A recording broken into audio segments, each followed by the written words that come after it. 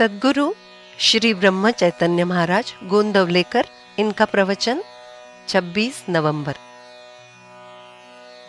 भगवान से अपना नाता जोड़ें। भगवान का नाम मुख से न आए, इसकी अपेक्षा गूंगा होना अच्छा नहीं क्या?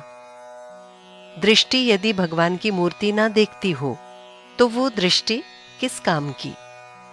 हमारे कान यदि उसकी कीर्ति सुनते ना हो तो वो कान किस काम के? आंखों से भगवत मूर्ति देखना, मुख से नाम स्मरण करना, कानों से उसका ही गुण वर्णन सुनना, यही सच्चा अभ्यास है। भगवान का चरित्र किस लिए सुनना चाहिए? तो उसके अनुसार वर्तन करने के लिए। भगवत प्राप्ति का एक सुलभ उपाय है, भगवान से अपना नाता जोड़ें। कोई भी नाता जोड़ें। भगवान मेरे स्वामी है, मैं उनका सेवक हूँ। वो माता है तो मैं बच्चा हूँ। वो पिता है, मैं पुत्र। वो पति है, मैं पत्नी। वो पुत्र है, मैं माता। वो सूत्रधार है तो मैं गुड्डा। ऐसा कोई नाता जोड़ें। बच्चा गोद लिया तो उससे पुत्र प्रेम लगाते हैं या नहीं?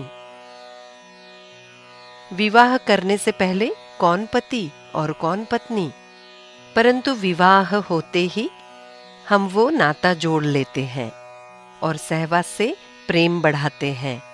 प्रेम करने से प्रेम बढ़ता है। वैसे ही कोई तो नाता जोड़कर भगवान से प्रेम बढ़ाना चाहिए। किंबहुना वो स्वभाव ही बन जाए, यानी भगवत प्राप्ति सुलभ हो जाती है।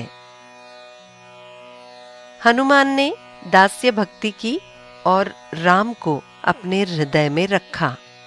गुहक का भी राम पर वैसा ही प्रेम था।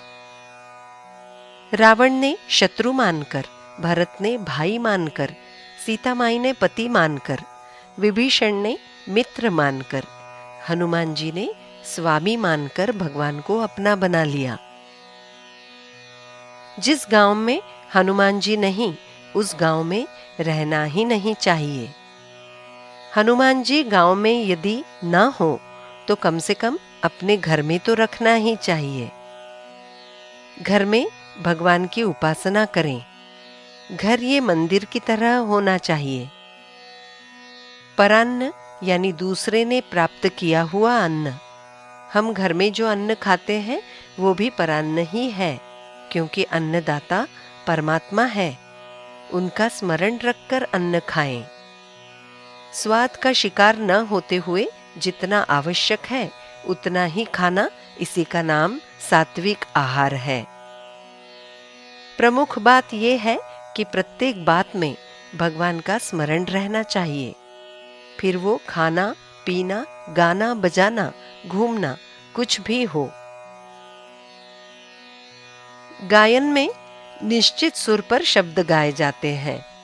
उसमें भगवान का स्मरण रहना कठिन होता है।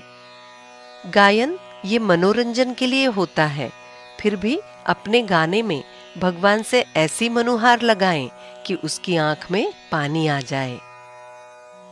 राम हमें हमारी आवश्यकता के अनुसार कहीं भी देते हैं, इसलिए भगवान देंगे उसी में संतोषपूर्वक रहना सीखें।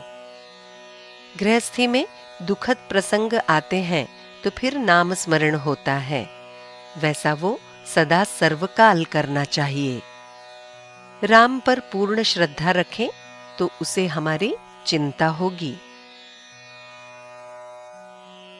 भगवान के नाम में रहने पर उसे अपना बनाने के लिए अलग कुछ करने की आवश्यकता नहीं होती।